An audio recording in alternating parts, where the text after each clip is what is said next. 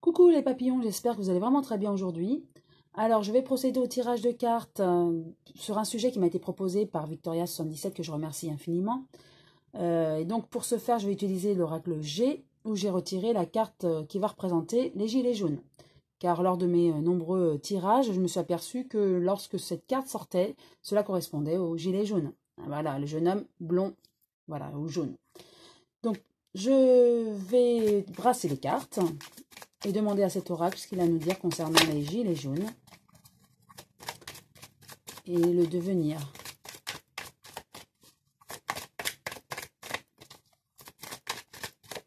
Voilà. Je vais en tirer 4.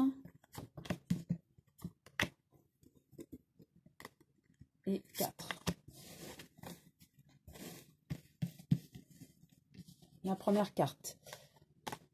Un homme brun, donc qui représente les gilets jaunes. Donc il est toujours, c'est toujours d'actualité pour moi. Hein. Voilà, il est toujours présent. Du moins sur les réseaux. Mais pour moi, les grèves vont certainement reprendre. Hein. Voilà, c'est actuellement, tout de suite. Il y a, on se réunit, on reparle justement de comment, comment se faire entendre.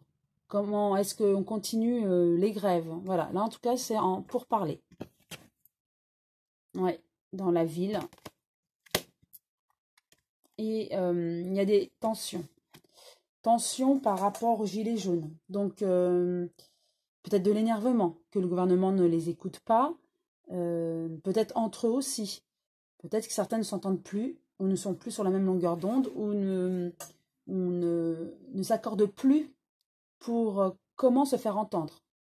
Je vais repositionner une nouvelle carte.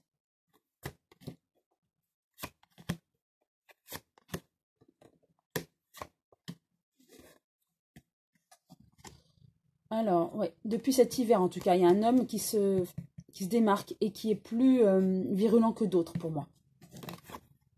Il y a un autre homme, peut-être deux hommes bruns qui s'opposent concernant les gilets jaunes, alors que au départ, ils étaient sur la même lignée, mais là, pour moi, ils s'opposent dans leurs idées, dans leur combativité, et donc leurs opinions en fait.